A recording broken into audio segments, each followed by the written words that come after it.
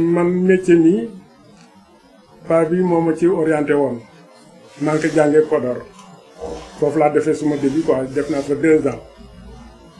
alors foofu 2 ans yooyu man def foofu sama papa foofu la sama nijaay foofu la nekkoon comme entrepreneur maçon la woon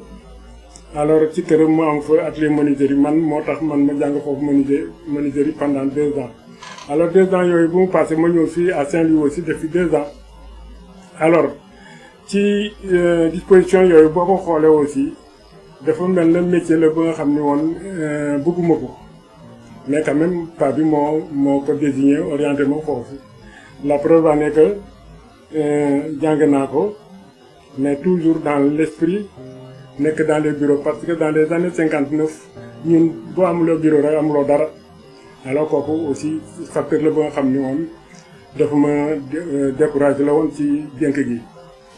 alors loolu bu ma amee aussi ba ma nekkee suma 2e année ci à Saint-Louis ma am ay xaleel ñi nga xam ni dañu doon jàng nekk une classe supérieure man tam ma bëgg toujours refaire wu comme ni ma la ko waxee menuiserie bi daal du li nga xam ni sawar naa ci trop ma jàng foofu daal di préparer suma candidat libre am suma certificat dans l'intention de faire la police alors ba ma amee certificat bi aussi il s'est trouvé que temps boobu foog nga def service militaire pour mën a def concours bi loolu moo tax defuma ko alors ma orienté wu vers Dakar alors sama position à Dakar nag alors maa ngi nekkoon ci benn service bi ñuy wax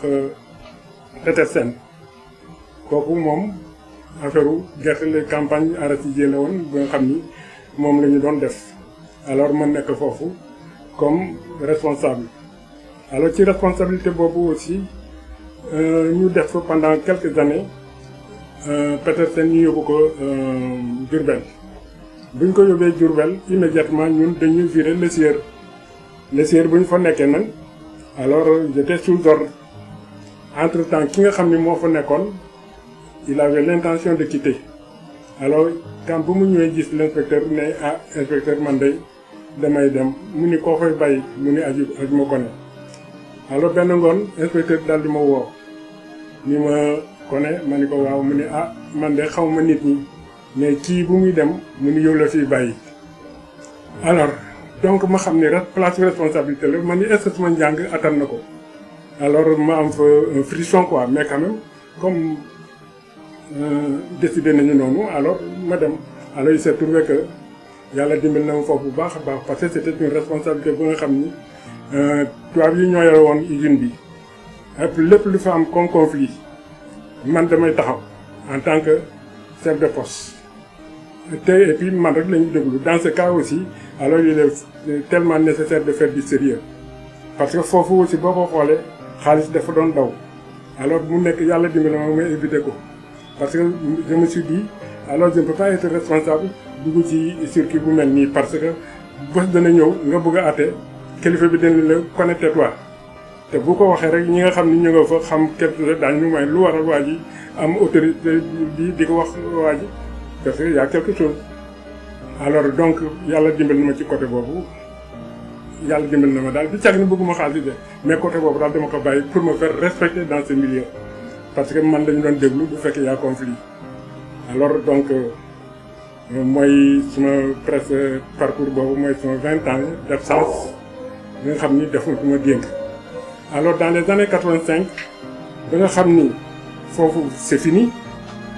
ma soog a xam ne am naa jàngoon naa métier fii laa ñëw ici à Saint-Louis outillage bii la ma paa bi jëndaloon dans les années 64 alors donc moom moo defar fii man kenn la pas de fils ni d'apprenti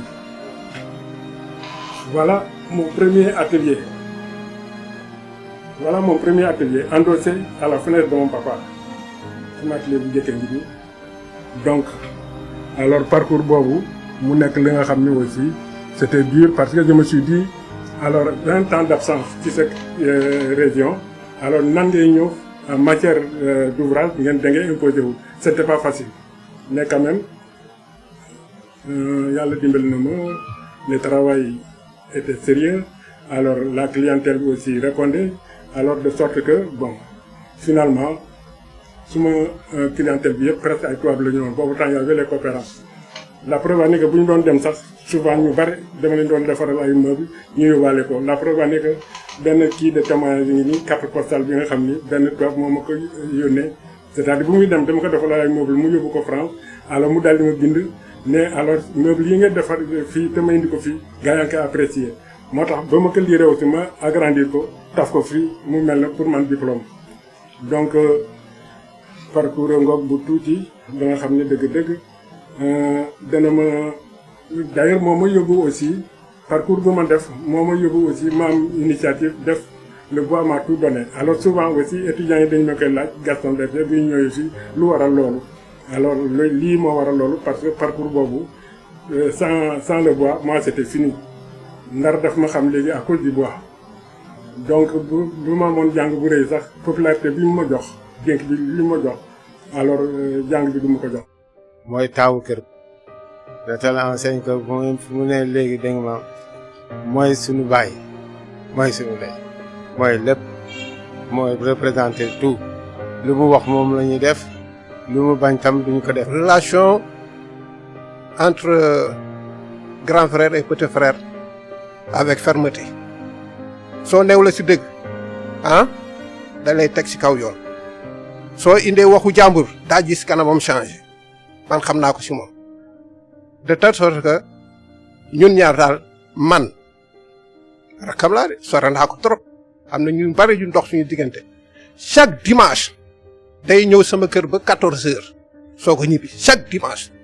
man rek maa ko am si biir famille kooku lu rëy la voilà kooku lu rëy la tuuti naa envers lui mais chaque dimanche day ñëw. dafa nekk ki nga xam ni vraiment dafa bëgg trop bu nga xam ne dégg nga maam oto bu mu yore woon sax dégg nga maam bu mu demee ba nga xam ne jënd billet mu yore léegi daf ma ko may. ba ma nekkee en fonction presque daanul woon nelaw xelam yëpp si man la nekk sonn si man problème famille su amee soo ne ko ne lii am na te mu nekk lu métti da ngay gis muy souffrir dana dem ba feebar si ndax buggu rakkam yi waaw man nam ko ñemee ñeneen ñemewuñ ko ci famille bi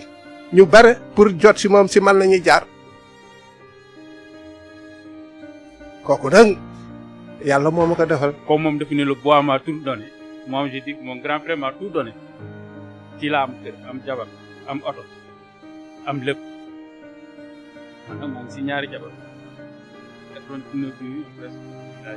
ba léegi maa ngi ba léegi apprenti yom la parce que su ma wooyee rek damay bàyyi si man sama atelier mi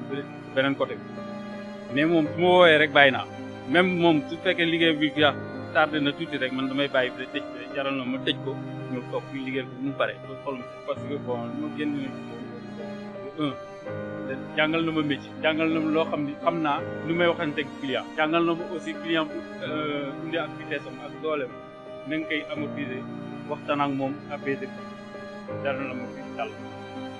client nu mu di ñëw ko day dal day noonu kon boog suñu diggante bi daal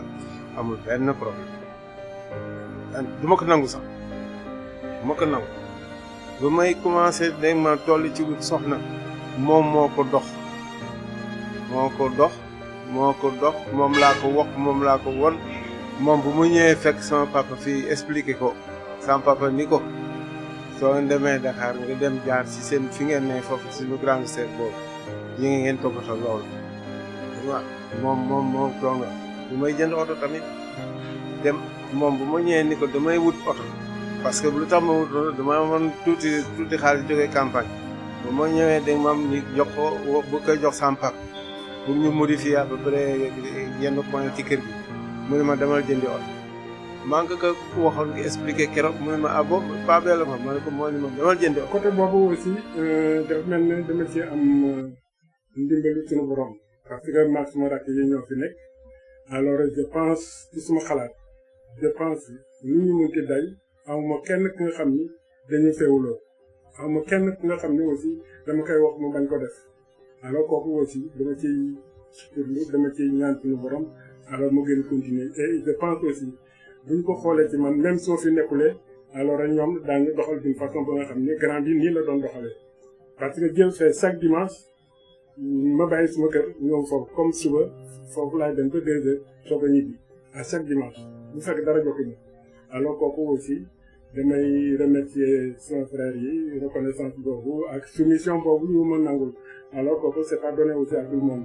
dans une famille comme ça dóorante wuñu saagante wuñu alors ma def ni yàlla am na lu ma may.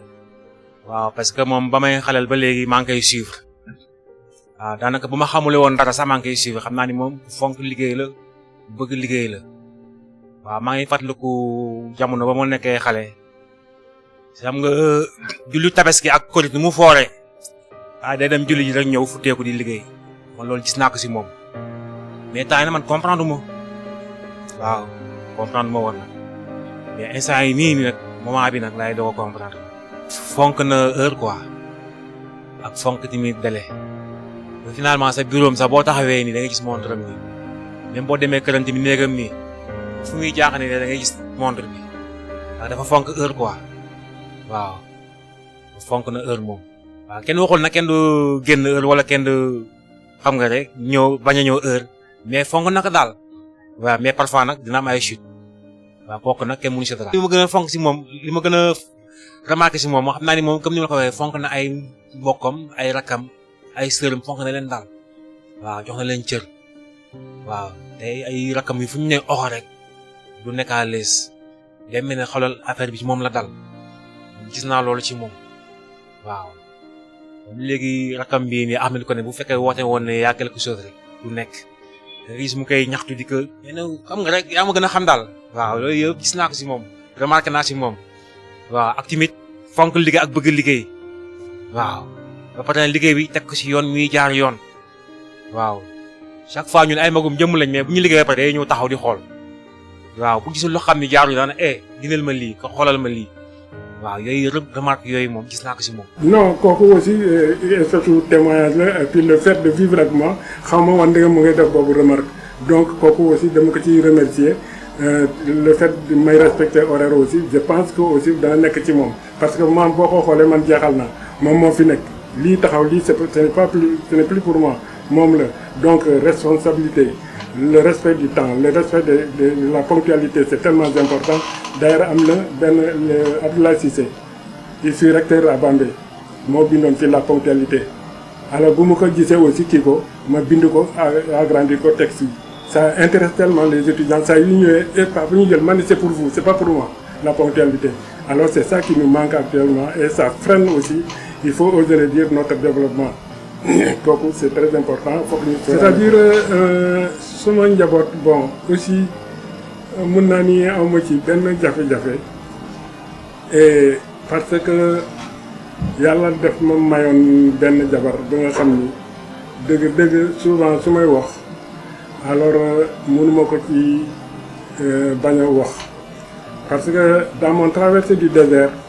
elle m'a beaucoup soutenu temps yooyu ma jógee fee amatuma sol awma dara papa ak yaay yore ma moom vraiment et c'est déshabillé dugg ci tool yi ak la maman di ainsi de suite yooyu kooku je ne finirai jamais de la remercier parce que souvent en continuant toujours de la remercier je dis que bu ngeen gisee lii réalisation yi may def du man de moom la parce que def ma mayoon jàmm pour ma mën réaliser parce que bu ma mayoon jàmm mën naa am sax du ñu xamante man dem naa maa nga fii ou bien sans valeur donc je la remercie très bien et puis souvent damay wax ma ni est-ce que xam ngeen ni am na àll bu ñuy wax le désert képp ku fa dugg xiif ak mar dañ la rey man dugg naa fa xiifuma maruma grâce à cette dame donc damay encourager les dames dëgg ku ci am bu mel noonu nga jàppal ko sa ñetti loxo waxuma ñaar de ñett alors c'est valeur la man j'en sais quelque chose elle m'a quitté mais dëgg je sais qu'elle m'a quitté. Turando bon turando moom il est un peu spécial suma turando lan laa koy wax dudul di ko remercier parce que je me rappelle un jour ci baptême la woon mu am ay supérieur ñu ñëw mu présenté ma mu ni ma mun leen kii moo ma fayal suma études yi alors kooku déjà fu mu ko waxee aussi ça m'a vraiment frappé daf ma marqué alors ba léegi mu def naa ni circuit boobu la topp reconnaissance boobu la yore ba léegi alors ce qui est pas facile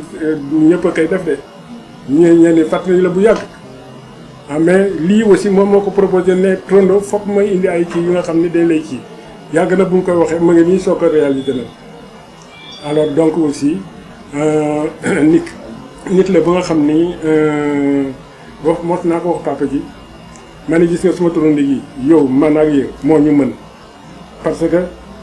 def na ay circuit yi nga xam ni ba balaa ma yeggee fii c'est un homme mûr solide man dama ko wóolu def na corps yu bare dans ce delta là lu bare def na ko bu mu demee côté nu mu tuddee ci Tamba ak yooyu aussi ñu et puis bu ma ko xoolee aussi il est estimé fu mu munti dem daal gars yi bëgg nañu xaw ma lan la voilà moo nekk nii ma Trondo donc moom aussi je lui dois beaucoup parce que boo gisee tey lii am peut-être une partie du Sénégal gis ma mais grâce à vous yéen aussi ci ngeen bokk parce que relation bi nekk seen diggante yéen a ko xam te xam naa ni aussi am ngeen ak moom ay considération yi nga xam ni man xawma ko parce que tey war na ma déjà dëgg il a de ces relations yi nga xam ni anaan di leen remercier et puis dans ce remerciement là aussi je ne cesserai jamais d'oublier mes frères et en premier plan mon homonyme muy Ayoub ñu koy wax Ricardo d'ailleurs ci ay ciem nu mu tuddee ci WhatsApp bi Ricardo la bind xam nga lu waral Ricardo ba yaay ji moo ko jox tur boobu Ricardo léegi sa ajma bi feeñeetul mais Ricardo Koné moo fa nekk alors donc présence am bii fii j'aurais souhaité que sa maman soit là waaw parce que dëgg lu ma bëggoon la yaay ji fekke ko waaw moom tam je sais que bu doon sagum yaay ji fekke aussi kii am parce que c'est un brave garçon alors je me suis dit un jour ma ni ko Trondo yow day jàmbar mu ni suma Trondo laa jël bon moo xam lu mu jël ci man ba war di ma kii noonu donc mes remerciements je ne cesserai jamais de dire ça publiquement kii sama papa la kii sama yaay la sonn nañ ci man mais lii fekkewuñu ko alors boo ko xoolee il y a un pincement de cœur parce que sonn nañu waroon nañu ko fekk tey alors donc adduna si daal mu nga na xale yi nangu lii ma am tey c'est pas dans la précipitation ou bien dans l'immédiat mënul nekk il faut que ça prend du temps dafa mel na rek nga ni par exemple l'entrepreneuriat comme ni ñu ko jëlee def mel na lu ñu ko seewal quoi or que du lu sew du lu tuuti ça prend du temps l'entrepreneuriat il faut prendre les marches de l'escalier benn ba ci kaw boo yeggee ci kaw nag dëgg nga xam ne nag am nga difficulté yu bëri daje nga ko ba egg ci kaw donc tu es un homme solide et mûr quand on prend l'ascenseur mooy lan nga jël ñu joor a jox la 10 millions pour nga liggéey doo dem ça je le signe et persiste doo dem nekk boo rampé juróomi dërëm 50 000 ba 100 000 1 million ainsi de suite ba mu nekk lu rëy alors voilà l'homme du terrain il faut connaître le terrain dans l'entrepreneuriat le terrain compte beaucoup du càgg ni toog ci classe bi rek ventilateur ñu sol la casquette ne alors l'entrepreneur non ça reste les réalités du terrain kooku dafa am nga dugg am ay problème ainsi de suite yooyu résoudre ko et puis 1 an 2 ans 3 ans 10 ans nga nekk ci yooyu boo taxawee nag tu es un homme solide